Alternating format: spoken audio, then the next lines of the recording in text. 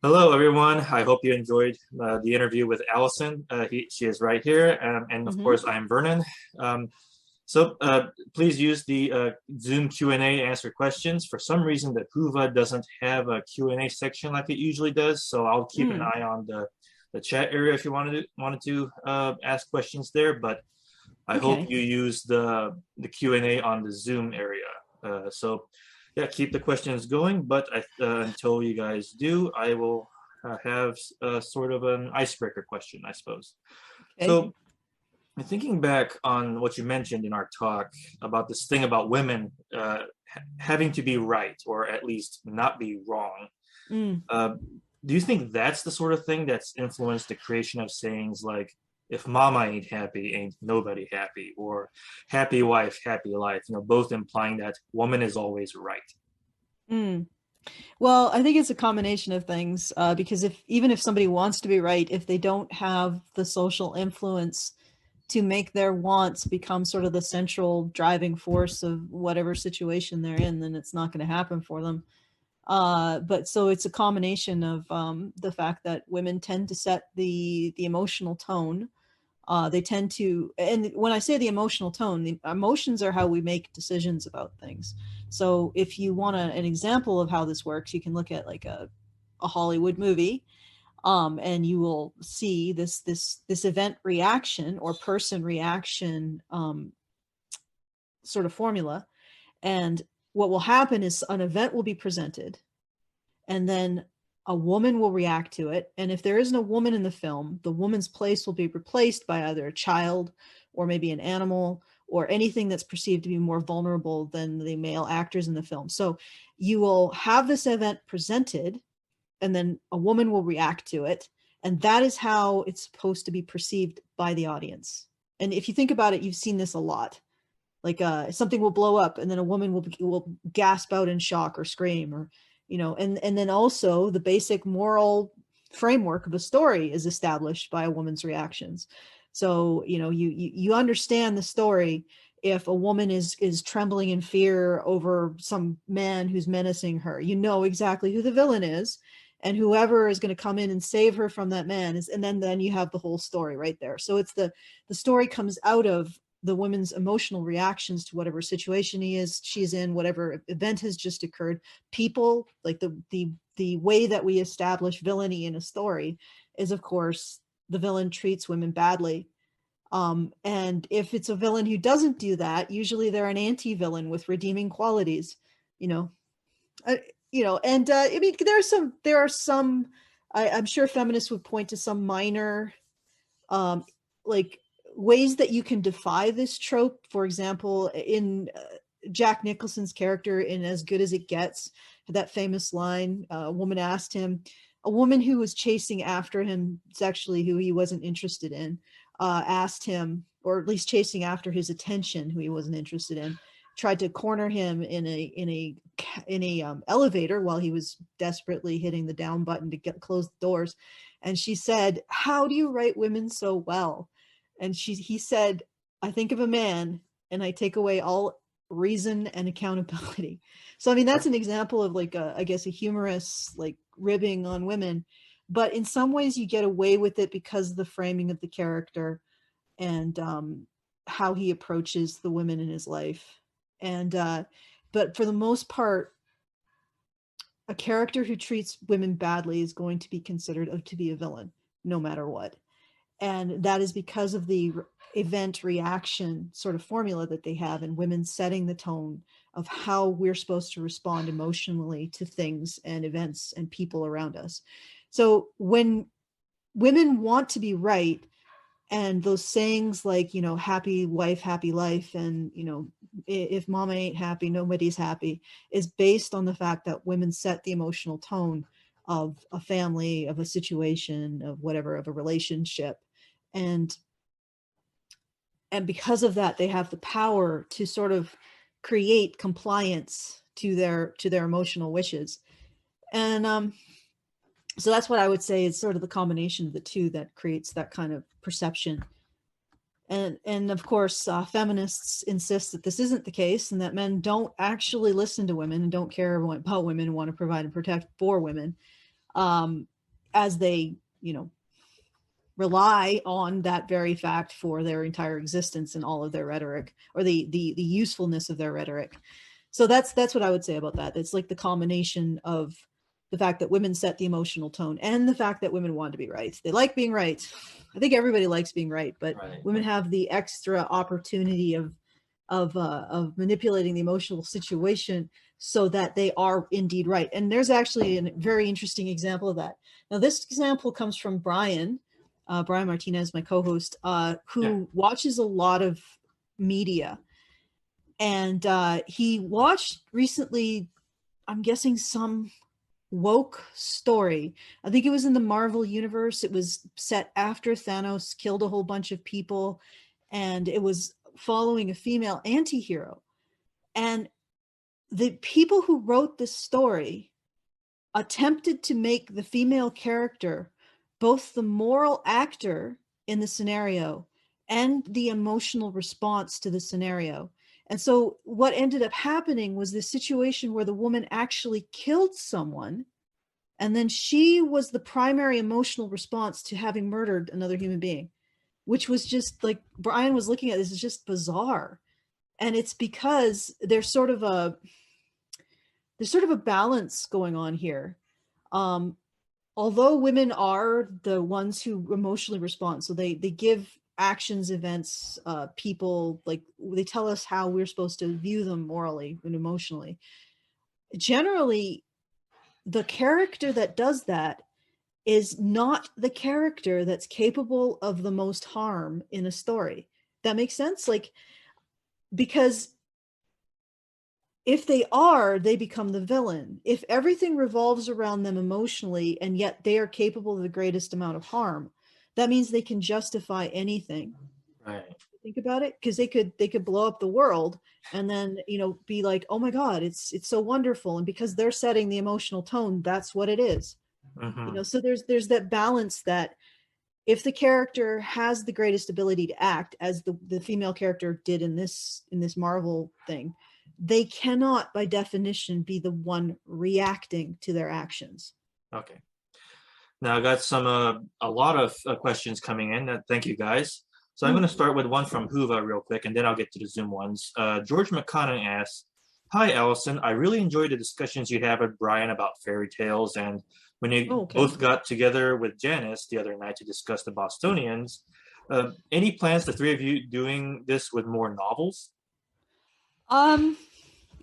Well, novels are definitely an investment of time, so we have to consider that. But I could pose it to Janice and Brian to see if there's some additional novels that she'd like to go through. This movie and the accompanying novel was something that I think Janice really enjoyed. And I could see when she was going through it, she seemed like she was fangirling a little bit, which is fine. It's just fun to see her so excited about something. So maybe we could approach her on other items that she really enjoys. But that was her selection, and it worked out well because there's a movie and a novel. Again, reviewing novels requires being able to set aside like a day to read the novel, which can be a bit difficult. Yeah. So. Yeah, I can barely get through a chapter in a day because of the amount of time I have to kind of squeeze in to read. So, right. Yeah. Yeah. All right. Ken Jolivet, he's a speaker in this conference as well. He says, "Great thoughts, Alison. High level and very interesting. Can you go into some specifics on why you feel so adamantly society is breaking down? Because I feel your hurt and passion. Much is obvious, but I want your take." I'm glad you said much is obvious. Well, okay. Thing is that society is more than just a currency or a bunch of institutions. It's also the ability to get along, to cooperate, to take care of each other. In fact, I would say that basic sense of compassion and regard and ability to set aside your own interests, to allow people, especially in the West, allow people to have the ability to act out of their own conscience. That looks to me like it's unwinding. So we don't have any tolerance anymore to people who differ from us in terms of what they believe is the way that they should act in the world. And we don't have any tolerance for people to do that. Like it's not considered a virtue. And I would actually say that that's a very significant virtue. It's the virtue of free will. And in many cases, I think the success of our society over the years has been because to a greater degree than other Western societies. So I'm talking about Christian, post-Christian Western society has been our embrace of free will and people's freedom of conscience. Now, it's not been a universal like everybody's kumbaya. It's been marked by a lot of violence, a lot of strife, a lot of extremely difficult questioning and destruction, but we've always been moving towards allowing each other the freedom of their conscience, our conscience. And I think that's possibly the most essential right, and rights, in my opinion, aren't granted by institutions. They aren't granted by documents like constitutions. They aren't granted by the government. They're actually given to you by your neighbors, and your neighbors' respect for you as a person and respect for the rights that they will sacrifice. Because everybody's freedom requires a certain level of risk from another person. The most safe society is one in which we were all in little pods and we can't leave, and we have no impact on our neighbors whatsoever because our actions are completely constrained. That's a perfectly safe society. It's also a perfectly unjust society. So in order to give our neighbors freedom, we have to accept the potential of harm and risk. To give our neighbors the freedom of their conscience, we have to accept the potential of harm and risk. And I see that our society has completely lost its way when it comes to that. Like I think it's pretty, and to me, it's undeniable that we now believe that freedom of conscience can be sacrificed for security and safety. We can't allow people to make the choices that they feel are right for themselves about their own bodies and their own property, because we believe that is going to cause, or it's more important that it's a potential harm to us. You see what I'm saying? And that is like, for the West, this is what I think makes the West unique. And I'm not saying that it makes it better or worse than any other culture. I think it's what makes it unique. I think it's what made us able to develop the kind of economy that we did. We took off at a time when a lot of things are really interesting about our economy. Something that people don't know is that China, in like the 1700s, pre-industrialization, when we're talking like the period of what they call the industrious revolution, China had the same level of technology as the West, if not more. And yet it was the West that took off in terms of the Industrial Revolution. And I think it's because it had moved away from that kind of central focus, that kind of very hierarchical top-down focus, to a much more individualistic aspiration. So because they had this idea of personal property and this mentality of entrepreneurship and innovation, they managed to take these same technologies and scale them up in various starting with like the textile. So this idea of freedom of conscience is very much a part of the West. I think it's very much a part of our success, and turning away from it is going to be very much a part of our downfall. Yeah, I completely agree. Right. Dean Hedges asks, there must be a pleasant way to correct the feminist. I've been trying for a while now. Any suggestions? I try to find common ground, but still often get a hailstorm of ad hominem. It's like asking if there must be a pleasant way to correct the gunslinger. To be honest, the thing is that if they have a weapon, they're going to use it. And the way to engage them is to call out their use of their weapon and to use it better. Like don't bring like a lecture to a gunfight. Yeah. Is essentially, because that's what I think a lot of people do. And it's like, you gotta, I would, I know I'm recommending something I did, but I'd recommend going and looking at my threat narrative series on my personal channel, which is just, I think, Alison Tieman at this point. Not Typhon Um, Blue? it might be Typhon Blue, might be under that. And just look at the threat narrative series, because I lay out how women develop this, and men, but it's much less usable in men, because women, because they have that ability to set the emotional tone, are much more empowered to use emotions as weapons against people, or as tools to manipulate people. But I lay out that the steps of doing that in the threat narrative series. And all you can, I mean, my opinion, you're not going to convince them through facts, because that's not, it's like you wouldn't convince a gunslinger to not use his gun to get what he wants through facts. Like, it's just not going to happen. The best you can do is make it more difficult, like not make it easy for them to use their gun. And one example of this, maybe like put this all together, is, and I use this example a lot, it's Kathy Newman's interview with Jordan Peterson. There's a moment where Jordan Peterson really gets Kathy Newman to just, she looks like she's completely baffled, or she's blinking and confused. And that was the moment where he said, "What about your effect on me?" And something that she never considers, because men don't say that. So they don't say, "What about your effect on me? You know, am I part of this picture?" And that moment completely, like, I believe that was the moment it turned around for him, because she couldn't contend with that emotionally. And it was recognizing that he had a right to boundaries, and recognizing her imposition on him.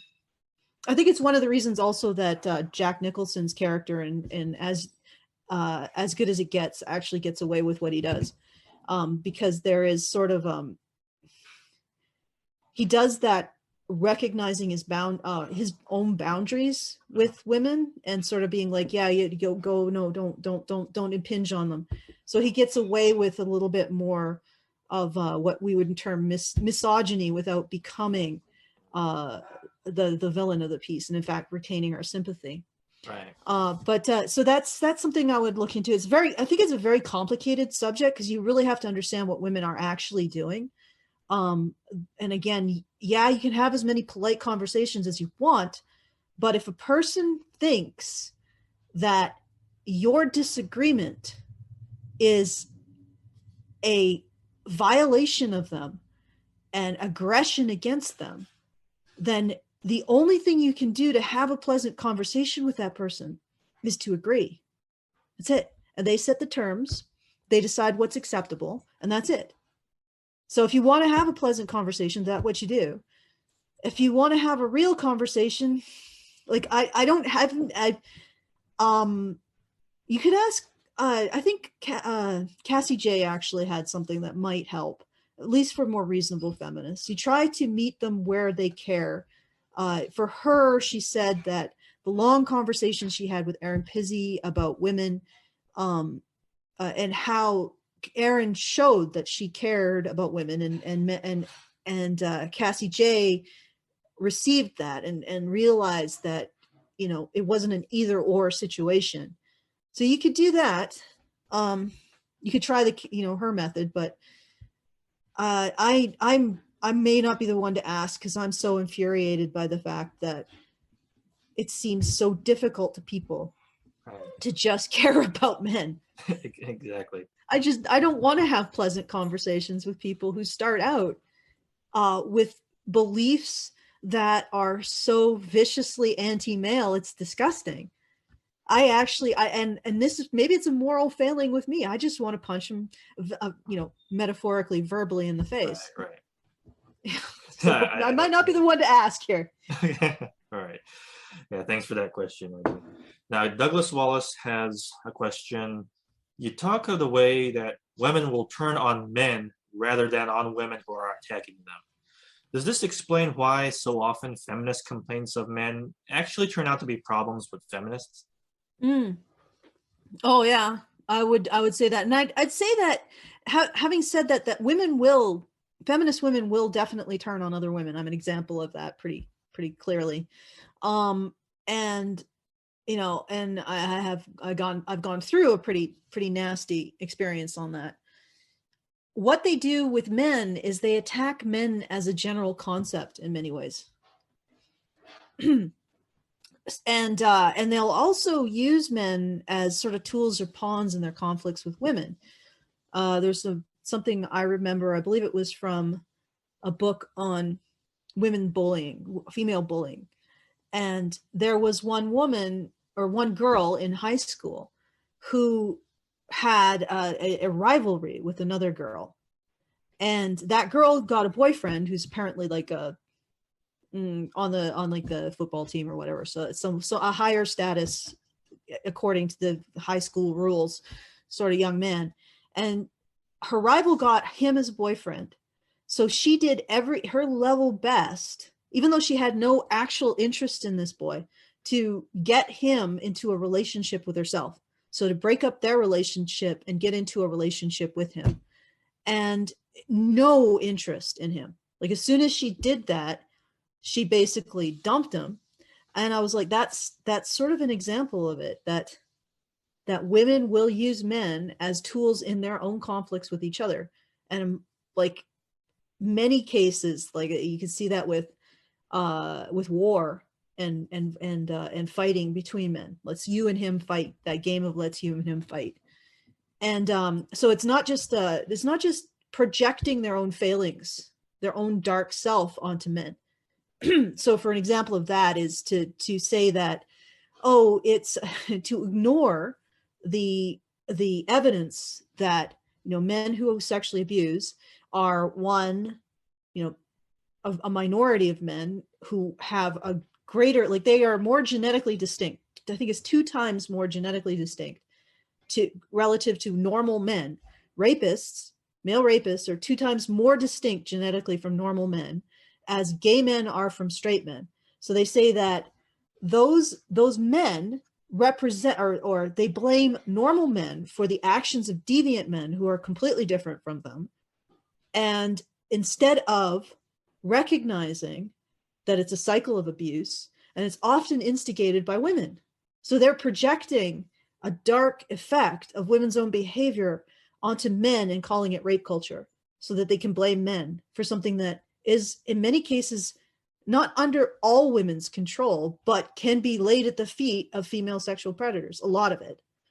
So it's like that's kind of that general projection. And then there's the specific uses men as pawns in their conflicts with other women. And then there's just, the regular old, I hate something about myself, so I'm going to take it out on somebody who doesn't have the ability to really set the emotional tenor of the situation. So I'll just go and abuse them, that kind of thing. Right. All right. Mr. 0303 asks, Alison is Alison is a wonderful thinker in a way she presents things. Do you think stories about men's heroic narrative has the potential to reestablish people's valuing of men? Men will respond to it on an evolutionary level, and women may cynically see them as competent partners. I actually think that the real innovation in the West, because if you look at Western narratives, prior to Christianity and after Christianity, there's an actual distinct shift. And it's really interesting. So we go from this kind of 300, the Spartan narrative, in which the narrative tension is, okay, this guy is a hero. He's very strong. And he's lifted this boulder. Okay. And it's a very big boulder. Nobody thought he could lift it, but he's lifted it. But can he lift the next very heavy boulder? So it's like this constant ramping up of, can he face this new challenge? Can he be strong enough to measure up to this next challenge, et cetera? So going on the line.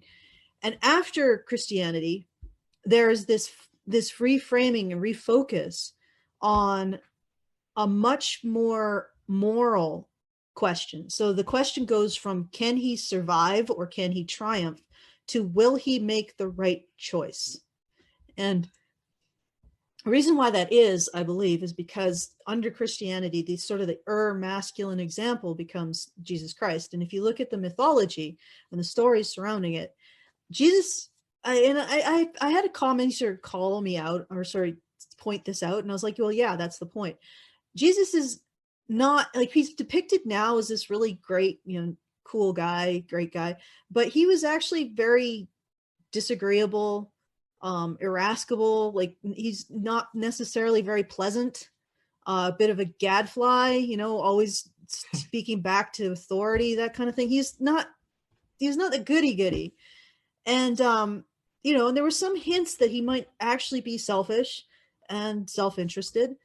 But when push came to shove, he resisted those temptations and he sacrificed everything for the benefit of people, even though he was a very disagreeable, like he himself was a very disagreeable person.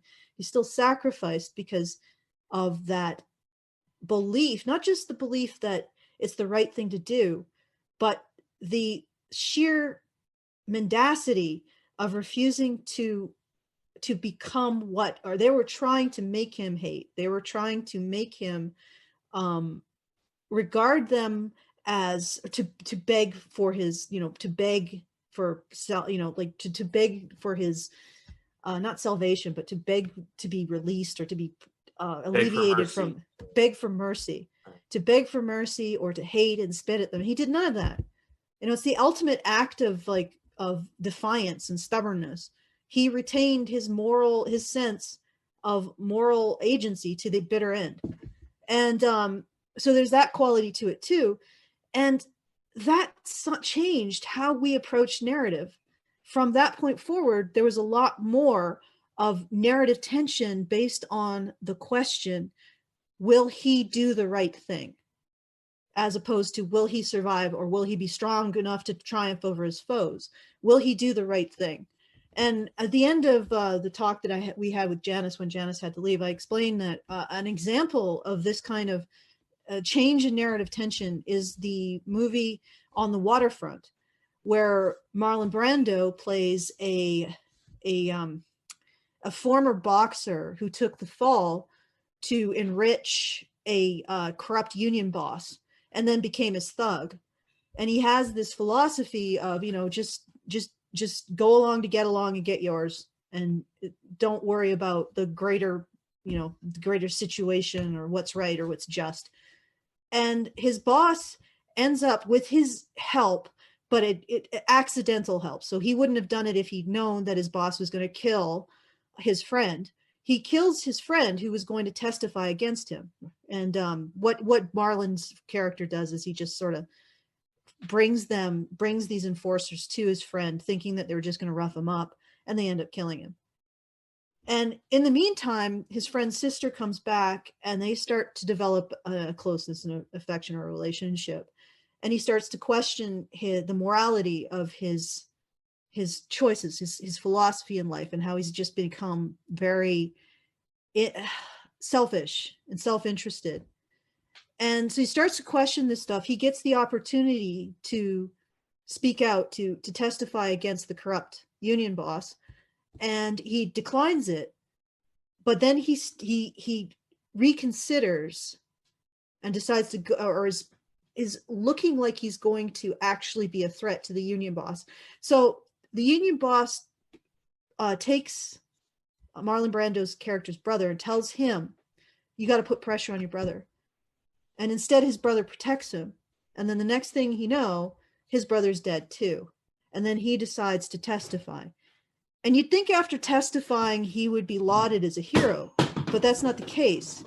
He's actually goes back to the waterfront. And since the union boss still has incredible power over this waterfront, he's ostracized by everyone and has his pigeons killed.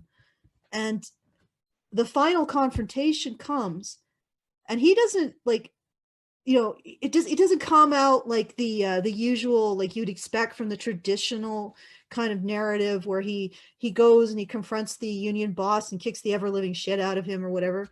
No, actually what happens is he confronts the union boss and gets the ever living shit kicked out of him.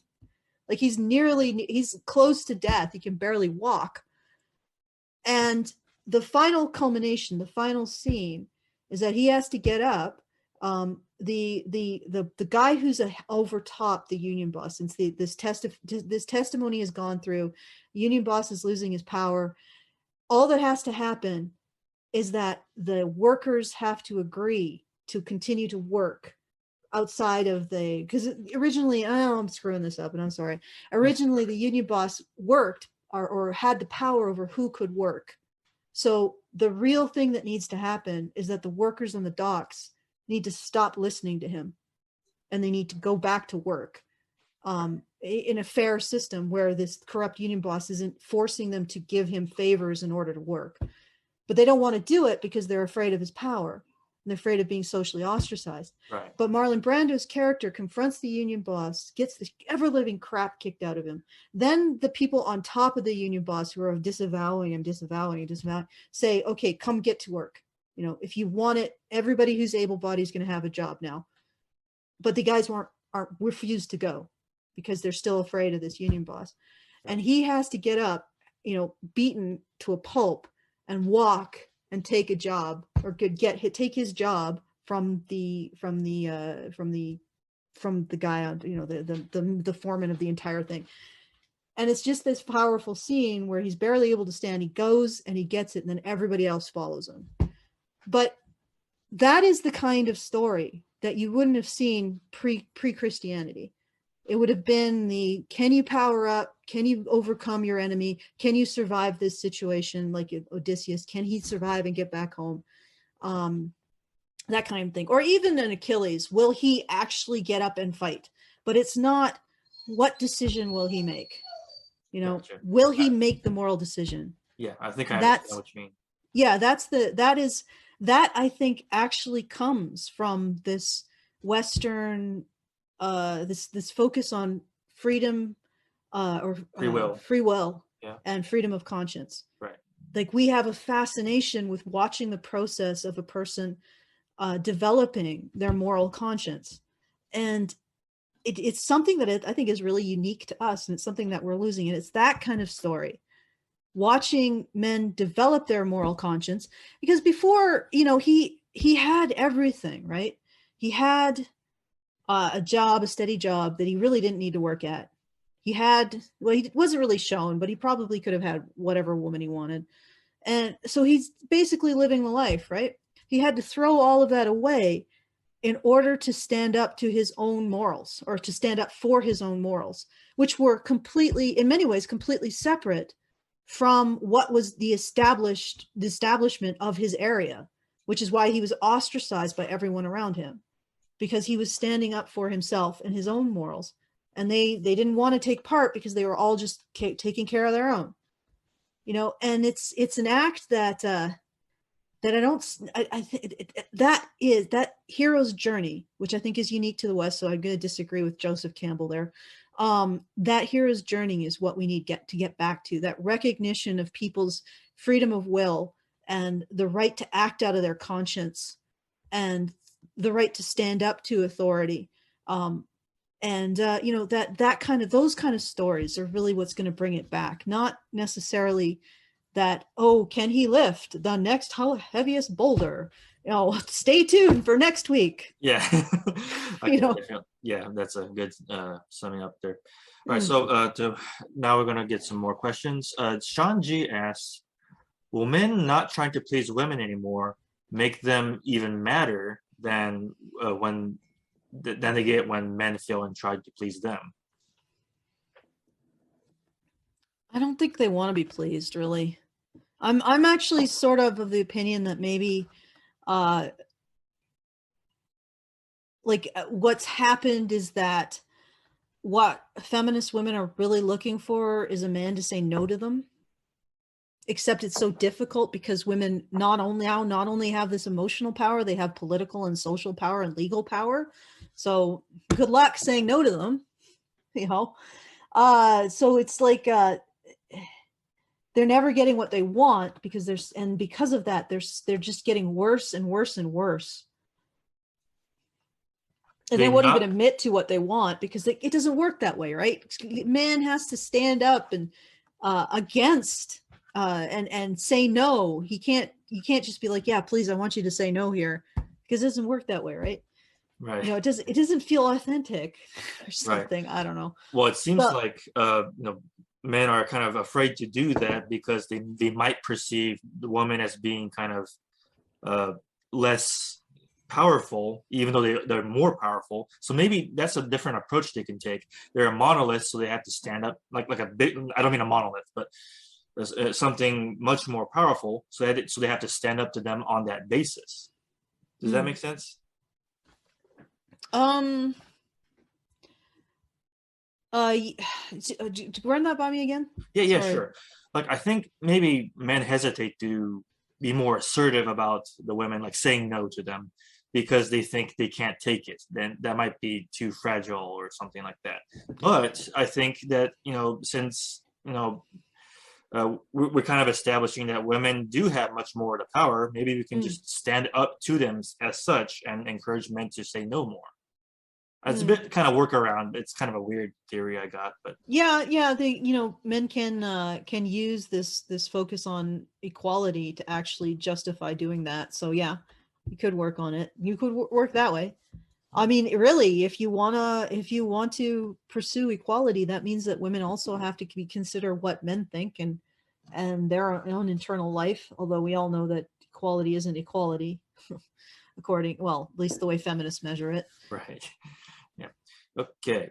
Douglas Wallace says, have you explored the ability of holding a debate by agreeing with someone's points, but then picking up on part of those points and introducing and expanding on the nuances? For example, yes, men are shits, though, of course, that doesn't apply to men whose ancestors were shipped as slaves from Africa. So I suppose that doesn't actually apply to all men, does it? I'm experimenting with this and would like your take on this. Uh, well, maybe I'm too much of an absolutist. I I don't think I want to even acknowledge that position. Maybe I might say something. Yes, men are shits. Though. So how did you? What exactly? What you were you thinking you're going to do when you told men fix this stuff? Like what were you thinking they were going to actually do it? Oh, they did it. So I guess they're not shits. I don't know. Yeah. If you But wanted to, do you mean in terms of just begging the question, like just saying, okay, for the sake of argument, let's assume that men actually hate women and don't want to protect and provide for them. What was feminism's way of changing that? right, Just getting up and saying, well, this is something that harms us. If men actually hated women, they wouldn't care. So how did feminism actually change men from people who hated women to people who actually cared about women in the 1960s? The answer is it didn't. It just exploited the already existing concern. I mean, if you want to do that, just go ahead. See how it works for you. I'm not saying that's a bad idea. Just see if it works. Does it work? I don't know. right, we've got about a few more minutes left. I can definitely entertain one more or maybe two more questions from the audience. Until that happens, I'll ask one of my own. So back in our original conversation, you mentioned well, actually here is Ken Jolivate with another question. So I think I'll get to his instead. But you said women's actions matter and have Mm-hmm. consequences, and women are often blind to them or don't care, and that women should highlight this when affected and stand up to them. How should they do this? Uh, okay. I think I'm missing something. Let me just look at the. It's in somewhere where Yeah, only I got it. I got it. you So got you it. said Okay. women's. Yeah. Yeah. Are often blind to them or don't care, and that should I mentioned. Uh, just like the thing is that, and I know this is really difficult for men because it's sort of contrary to men's identity. Men tend to dislike intensely feeling like they are vulnerable. And I had a friend of mine explain that it just feels like when you talk about how men are vulnerable, it's like it's taking away their sexual desirability, essentially. So, and it's taking away their positive identity. So I know this is really difficult, but I would say, like, I've been using this example over and over again. What did Jordan Peterson do? He just said, what about your effect on me? What about your effect on me? What about your effect on this situation? Or me as a person, and not back down from that. Realize that you have a right to to recognize that when people engage in abusive or nasty behavior towards you, that you have a right to say, hey, that's wrong. And it doesn't make you a victim to do so. Even if you can't be like, you can't actually punch Kathy Newman in the face, metaphorically. Even just saying, you have this effect on me, do you have to take responsibility for it? And that kind of thing, I think, goes a long way. And and it is, the thing is that if you're asking me to tell you how to say that in a way that won't make a woman absolutely flip out on you, there's no way. That you just have to be like, okay, and brave the storm, and say that I have a right to the way I view things, and so somebody called me out on saying all right, because I actually don't remember his argument, so I won't go into it, but I have the right to feel. I have the right to my own experience. I have the right to my own way of processing that experience. I shouldn't have to defend how I process my emotions. I shouldn't have to defend how I act in the world, as long as I'm not engaging in any kind of violent imposition on other people. And that's it. You just have to assert your right to exist as a man in the way that you want to. And like I said, if you're asking me how to do that without getting a woman to flip out on you, this just have to be in a headspace where if she does flip out on you, you don't respond to it. You don't abnegate yourself in order to get her to stop. Right. That's definitely. That makes sense. Yeah, sure. So I'm going to close off with this last kind of rather general question. Where do you see the honey badgers in the next decade? You mean the radio show? Yeah, radio show. Okay. What you guys are doing? I hope we're still able to maintain what we do. I think that we're, like I've said multiple times, I think we're a unique voice in connecting. Like, I think there's men's rights activists, but one of the things that concerns I have about men's rights activists is the approach that they take. And that is this idea that and I'm not saying this is necessarily wrong, but that they approach institutions to fix their problems. And they say, okay, we need help from you. When in reality, from what I've been seeing, people who are capable of being able to recognize and just operate in the environment of men's rights, it's almost like having gills and being able to breathe underwater. And our society is sinking. So it's less a thing where you have to appeal to the people, the institutions that are currently sinking to save you, or recognize that you already have the power to deal with things in a way that they absolutely cannot. And as they sink, they're going to need you, not us needing them. At some point, they're going to need to be able to recognize the problems that are causing the collapse of everything around us. And we already do. So it's like, we need to move from this idea that hat in hand, oh, please, may I get a crumb of rights, to this idea that we have an ability that they don't, which is the ability to recognize the real issues of society. And as society succumbs to their blind spot, at some point, we'll either be in a position to build something based on the recognitions of the things that we found. I mean, look at this. If it is freedom of consciousness, which is really a very masculine virtue, that is the hole, the sinkhole that society is falling in, because it's no longer accepting, or Western society, because it's no longer promoting or understanding it, and we do, then at some point, if we are to survive, that society has to come to us and say, well, how do you deal with this?